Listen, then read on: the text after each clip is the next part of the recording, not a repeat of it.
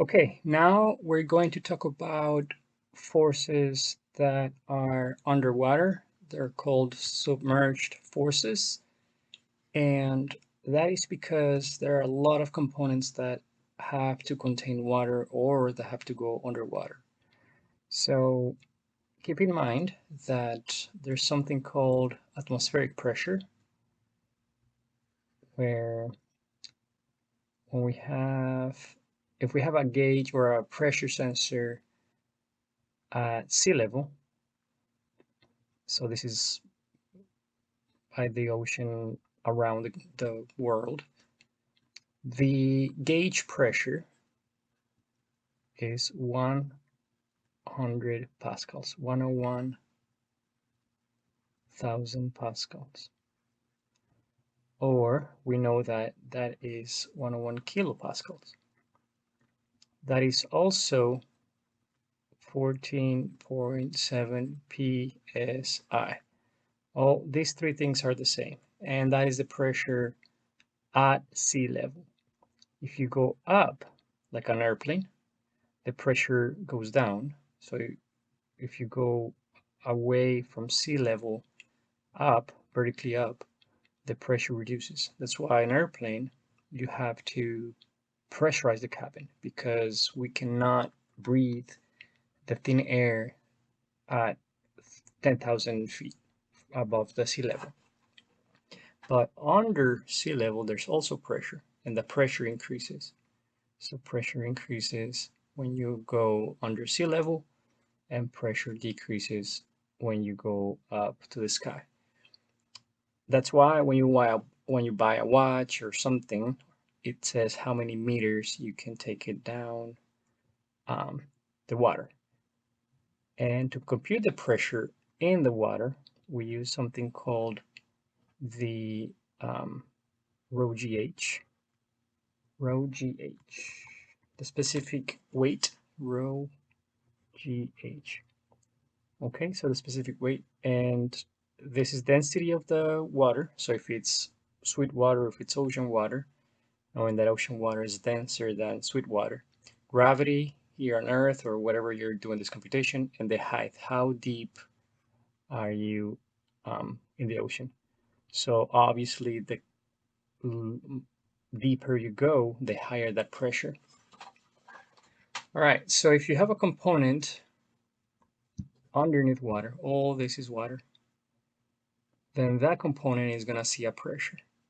And the concept is that since we know that the pressure increases as you go down as a function of rho GH,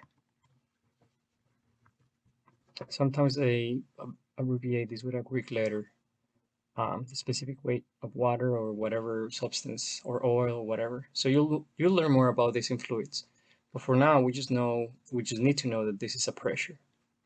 Okay, so pascals or psi, etc. So if you have a component in water, underneath water, the force is going to increase as the as a function of height. Okay, so it could be complicated sometimes because you have to know where the centroid of that object is and where that pressure is applied. And you need to find the force that is applied, distributed force or the force at a point, so that you can design something to hold everything in static equilibrium. If it's not in static equilibrium, then something can break. So let's look at an example here. So let's assume we have this structure that is going to hold water, like a dam or something like this, and it's 22 feet tall. This first section, let's put this first section as a triangle right here. There's the second section, which is rectangular shape, and this is a parabola, vertex parabola. So the depth is 1 feet, 1 foot. It's not very deep. But this could be 100, this could be 1,000, this could be whatever. And we're trying to design a force. I don't know, let's assume this is a door or something. So we need to know the forces here in X, and the force here for a hinge, and of course the momentum. Okay, so let's find the reaction at point A. Okay, so this is the body of water that we need to sustain. So for that, the first thing we have to realize is, and this is where the new concept begins, that all this right here is going to have a pressure on that structure. Okay, and all this right here is also going to have a pressure on the structure.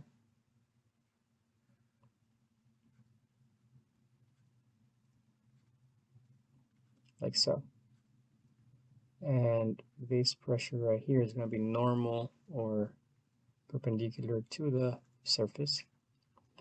So we have to find the balance of forces equilibrium. And for that, we're going to do summation of forces in X, summation of forces in Y, and summation of momentum at A. So the point is to know how much force is A, Y, A, X, and the momentum around A needing to support. Okay, so summation of forces at X is pretty simple, but in fact, let's first do the free body diagram. There you go. So, well, let's do it here and then we'll compare. So this is a triangular shape. We know that the centroid, if we say that this is the base and this is the height, we know there's going to be a centroid right here for our first force. Let's call it FW1. And we know that this force is, we have to, well, first of all, we have to decipher that really what we care about is in Y, okay, because this force is, it doesn't have a component in X.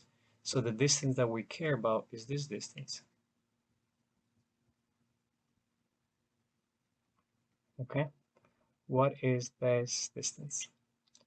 If you remember the table that we had in our book, we learned that if this is the base of our triangular shape, from the base of our triangle, we have 1/3 from the base of the height, and the height is 9.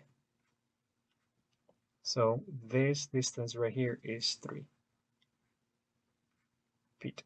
Therefore, this right here is 9 minus 3, 6. And that's the point at A. Okay, so we have our first force located at 6 feet from point A, because we care about point A. The problem is telling us that point A is what's supposed to hold all the force, or it's too open or whatever. It's not around B. If we needed to do around B, then we just keep adding on the other way around. The next point is going to be force of body 2. And this should be pretty simple. This is 5, so the midpoint is 2.5. Therefore, is 9 plus 2.5, 11.5. Okay? All right. Then we have another structure, which is this parabola. And this might be another concept that we need to look at the table, because we already learned how to do that. Well, I don't have the table here. I can either pull it up or remember that is 1/2 of, so first of all, where's the base? Base is around is on the horizontal plane, and we have to locate the point where the centroid is for force for the body number 3. Body number 3 is this um, half parabola, or this area that is covered by the parabola. In order to compute the third force, or the weight, well, actually the force, because of we're going to remember all these components are going to create a momentum around A. So this third component right here is not as straightforward as a triangle or the rectangular shape, but still pretty easy, because if we go to the table, we have something exactly the same, but make sure this is a regular parabola, which it is in our example. And we just have to identify which one is the base and which one is the height. So right here we have, well, let's see. So what they're doing is basically they're rotating this 90 degrees. So this h is the distance 10. So really what we need to find is a y. This is x bar, this is y bar, this is the area. So really what we need is y bar. So h equals 10. 3 times 10 divided by 10 is 3. So that right there is at 3 feet. Okay, so we have this one at 6, this one at 11, this one at 3. And actually what we need to do is, so this is 9 times 5 is 14, and 3, this point to A is 17. All right, we need one more, which is the force of this body of water. Force of body 4. And in that case, we can also go to our table, and we have this semi-parabola, or just a quarter of it, and we have to again identify which one is x and y. So what we did here is basically rotate this guy 90 degrees. So A will be 18 feet, and yeah, well, we have A, or we have H as, this is H, because what we need is Y again. So this is X bar, Y bar, area. And notice that what we need is with respect to the point O. So the point O, where's the point O in this case? The point O is actually over here. The point O is over here. Yep. And therefore that is H. And H is 10, 6 times 4, 6 plus 4, I'm sorry. So Y is at, for the semi-parabola, is this case, is 3 times 10 divided by 5. So it's 3 times 10 divided by 5, that is 6. 30 divided by 6, by 5 is 6. So we have that this point right here, well, actually right here, is at 6 from the point O. Okay, so I brought this over because I didn't want to confuse everybody with my handwriting on the picture. So this is 6, yeah, because we just saw from the table is 3 times h divided by 5, h is 10. This one is 3, yeah, because we saw from the table that is 3 times h divided by 10. And this one is pretty easy, it's just half of 2.5, and this one is at 1/3 of 9 from here, or 2/3 from point A to the centroid. So that's 6. Okay, so we're ready for summation of forces. So first of all, we know that the problem is giving us something else. The problem is telling us that the density of the concrete is equal to 150 pounds per cubic feet, and the density of water is 62.4 pounds per cubic feet. So with that info, we're going to find our forces. So force of body number one is basically we have to do the area, which we know that for this guy is 1/2 of 18 times, actually no, 18 is for water, this is 22. So 1/2 of 22 times, so 22 feet times 9, right? So we're computing the area of this whole thing. So it's 9 times 22, 1/2 of that, but this is actually a 3D body. It's not a 2D body. This is a prism or a hex. Well, what would that be? Hexahedral? Yeah, well, I'm not sure actually. I don't remember what's the name of the part, but this is basically um, a 3D object that is looking like that. Right, so this is 1 foot, the height is 22, and the base is 9. Okay, so, and I know that we're missing something because this is cubic feet, the density is the cubic, and we still need something else to get a force. So 1 foot times the density, which is concrete, 150 pounds cubic feet. All right. So now we can go to Wolfram Alpha and compute that.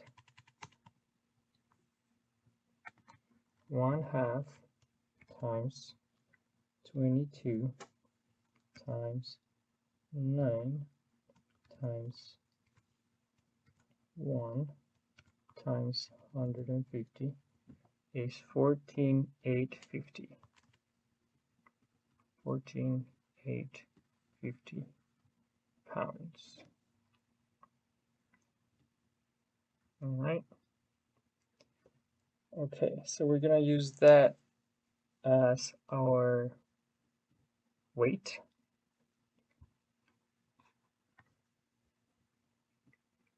Now for force body number 2, we're gonna do, this one should be pretty easy. Should be 5 times 1 times 22 times 150.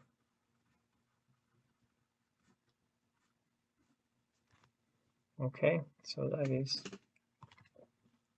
150 times 1 times 5 times 22.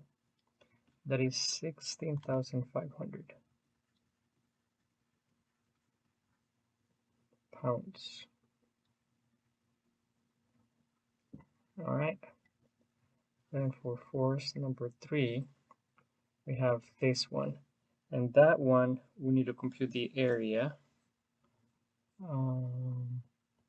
which is 2/3 of base times height. So this is basically 2/3 of base, which is 10, times height, which is now is 18, because this part right here is not considered. 18 times 1, because that's the depth, times this concrete, 150 pounds per cubic feet. This is feet, feet, feet. Let me fix it.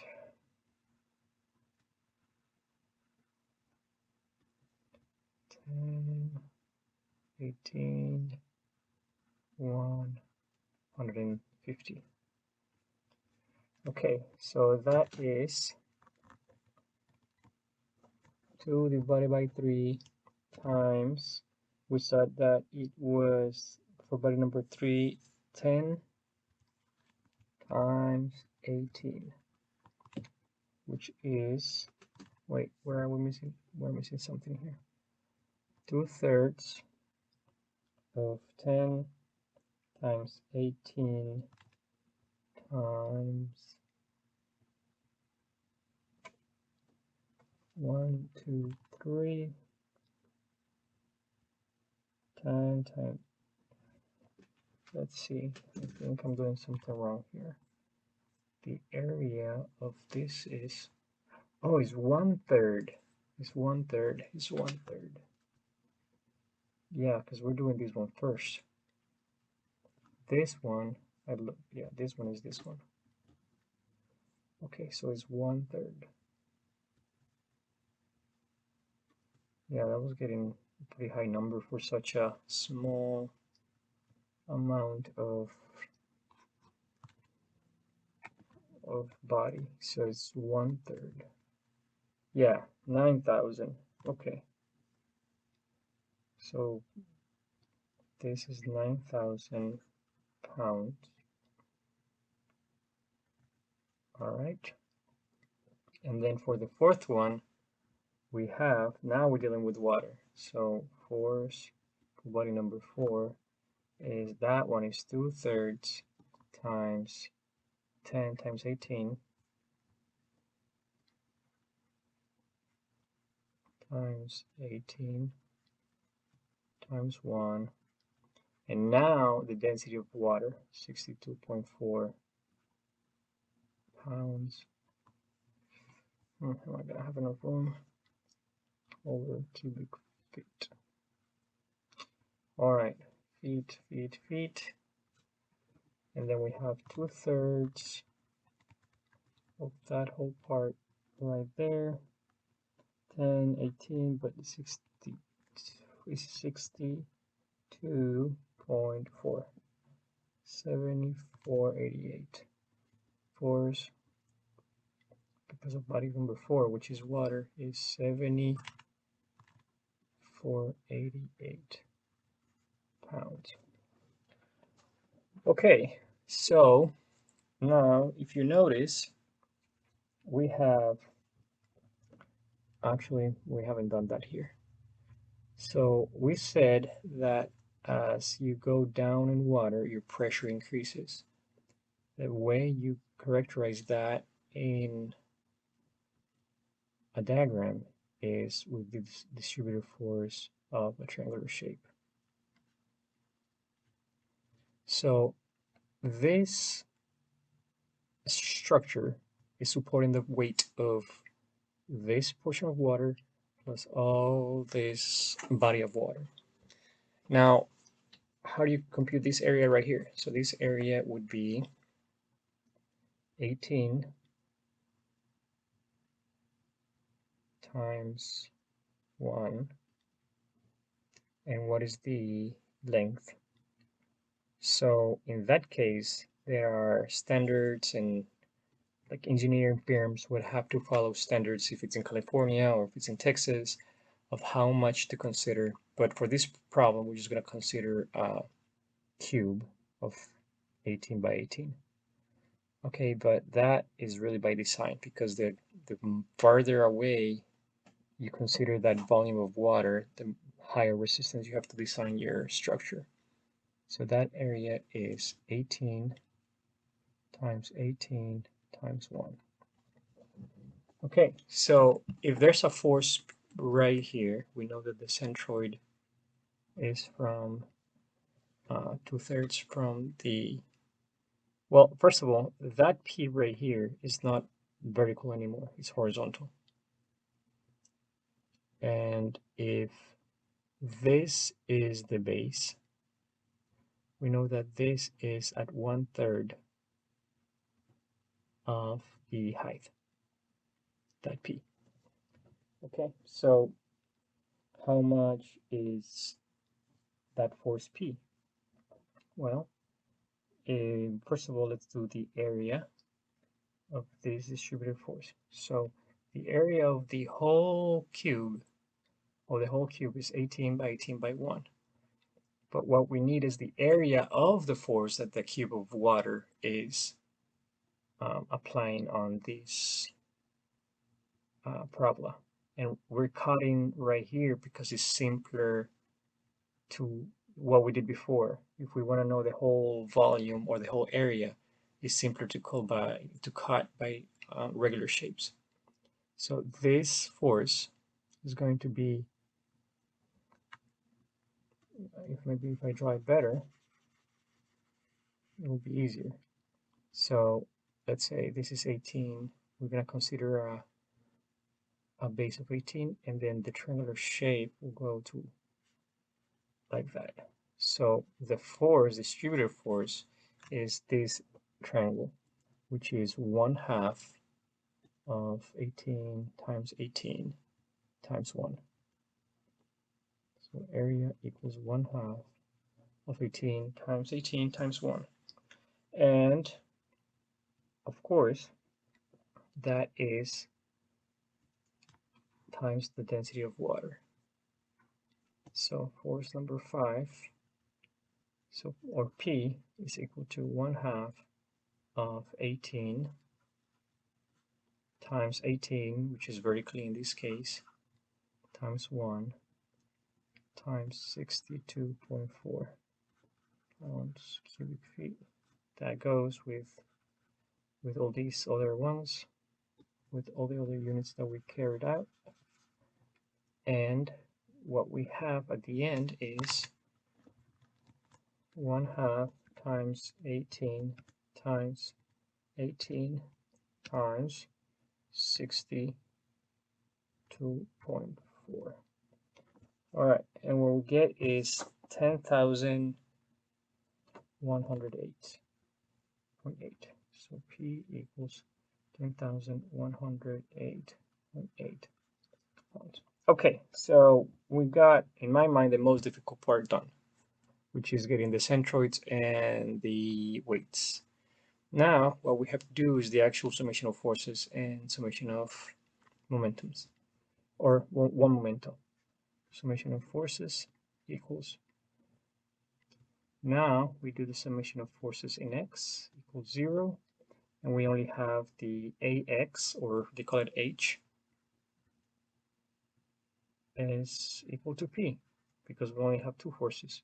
So we found that h equals 10,000.8, and this is negative.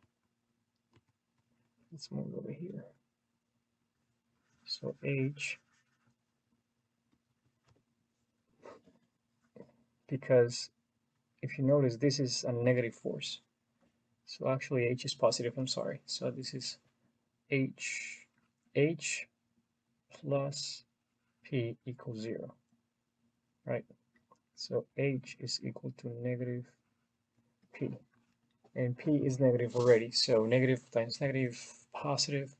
Therefore h is equal to 10,109 pounds. All right, now the next one is summation of forces and y. All right, this is a good point to revise that we have all the numbers correctly though. So the solution says that we have, for weight 1, 14,850. We got, yep. Weight 2, 16,500, yes. 9,000 for weight 3, yes. Weight 4, 7488, yeah. And 10,000, yes. Okay, so now let's do summation of forces in y. So in summation of forces in y, we do have a bunch. We have vertical, so v, 0, 0. V minus well, force 1, which is 14,850, minus force 2, which is 16,500, minus force 3, which is 9,000, minus force 4, which is 7488, and minus force 5, which is the one with the water, which is, no, that's it, because P is horizontal. So this is equal to 0. Therefore, V is equal to, therefore, what we have to do next is compute 14,850 plus 16,500 plus 9,000 plus 7488, 47,838. And so 47, the force in Y, V is 47,838 pounds. Okay, so that's the force that the hinge or whatever is placed there needs to support in order to contain all, in order to open, or well, in order to contain the structure and the water. All right, so good. We got that. Yes, we got that. So positive and positive. Now summation of momentum, sorry, summation of moment around A equals 0. I keep saying momentum, but that's a different concept. That is in fluids. Summation of moment around A is equal to 0. And we're going to take positive counterclockwise. So let's see what we have here. This is going to be quite a interesting computation, because we have that, of course, H and A and all that is going to be 0. But we do have a moment. They're telling us that actually we have to find the moment. So the moment positive, then we have weight 1 times 6, but that's counterclockwise. So that is negative times 6. Negative because of the second force, and that is 9 times 2.5, that's 11.5 times 11.5 minus force 3, which is 11, no, this is 5, so it's a 14 times plus 3, which that is 17, so 9,000 times 17, right, because W2 was 9,000.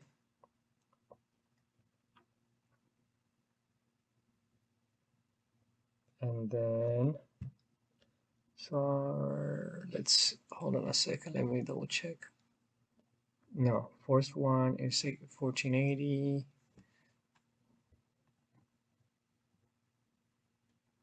I need to fix that because it's not 9,000. It's force 3.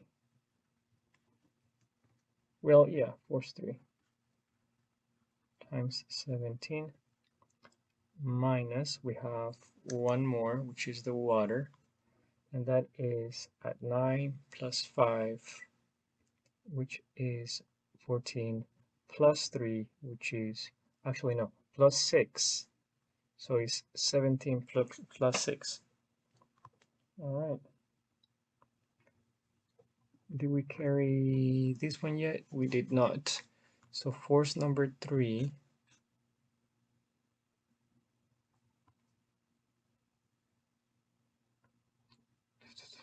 wow, this is why I'm confused. See, I knew this was going to be, it's not at 11 plus 5, it's 11 plus 5 plus 3. Okay, so it's not 17, it's 17 plus 3, 20. Yeah, that's the part that is a little confusing.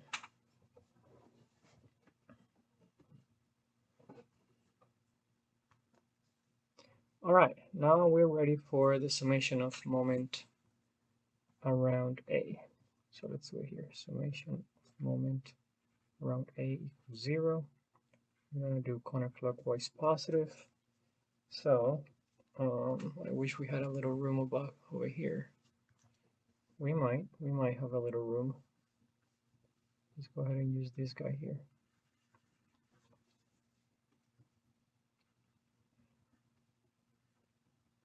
Okay, so let's go here. Summation of moment around A equals to 0. So first of all, we do have a moment that we have to find. So let's place that moment. They're actually asking, the question is, what is that moment that the structure has to carry or have, so that if this opens, that moment will, open the gate.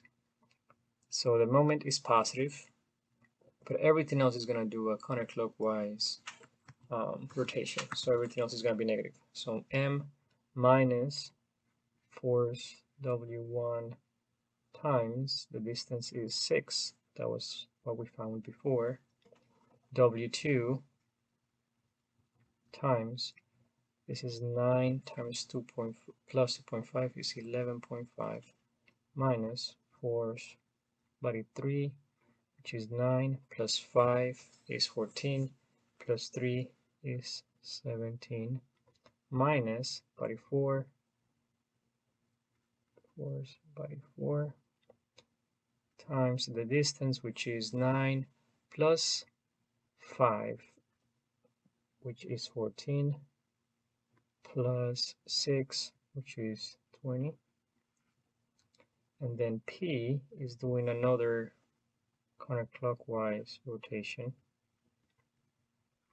minus P times, and yeah, we already know that this is 1/3 of the base, and the base is 18, so P times 6 equals to 0. So we can, since everything is negative, we can multiply all the numbers and just put positive instead of negative. So 6 times force from body 1, 6 times force body 1 is 1450. Okay, plus the second distance was 11.5 times the force, which is 16,500, right? Force from body 2 right here, and the distance is 11.5. Okay, plus the third force, which is 9,000 for the half parabola, but the distance was 17, plus the fourth weight was 78,488, and the distance was 20. And lastly, P, which was also, now there's on the other side of the equal sign, we'll do it positive, is P is 10,109 times 6. So that is, let's see if we got the right answer. The solution says 520, and we got 642. Okay, what did we do wrong? So first of all, they're saying, oh, P is counterclockwise. I just noticed that. Yeah. P is rotating counterclockwise, and I need to subtract P.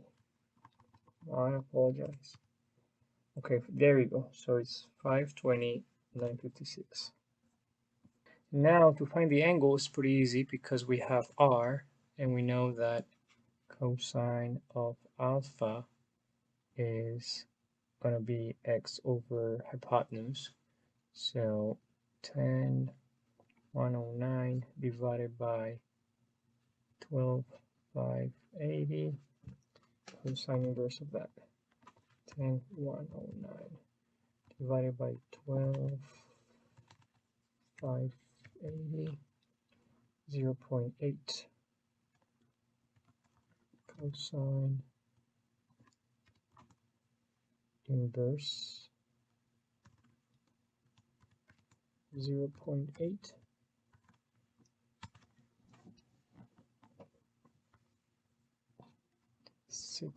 36.87. Yeah, 30, 30, well, we didn't put all the other numbers here. 0, 3, 5, whatever that was. So this is basically 36.8 I got. Yeah, that's the angle that this force has to be located at to support all the, to keep this in a static position.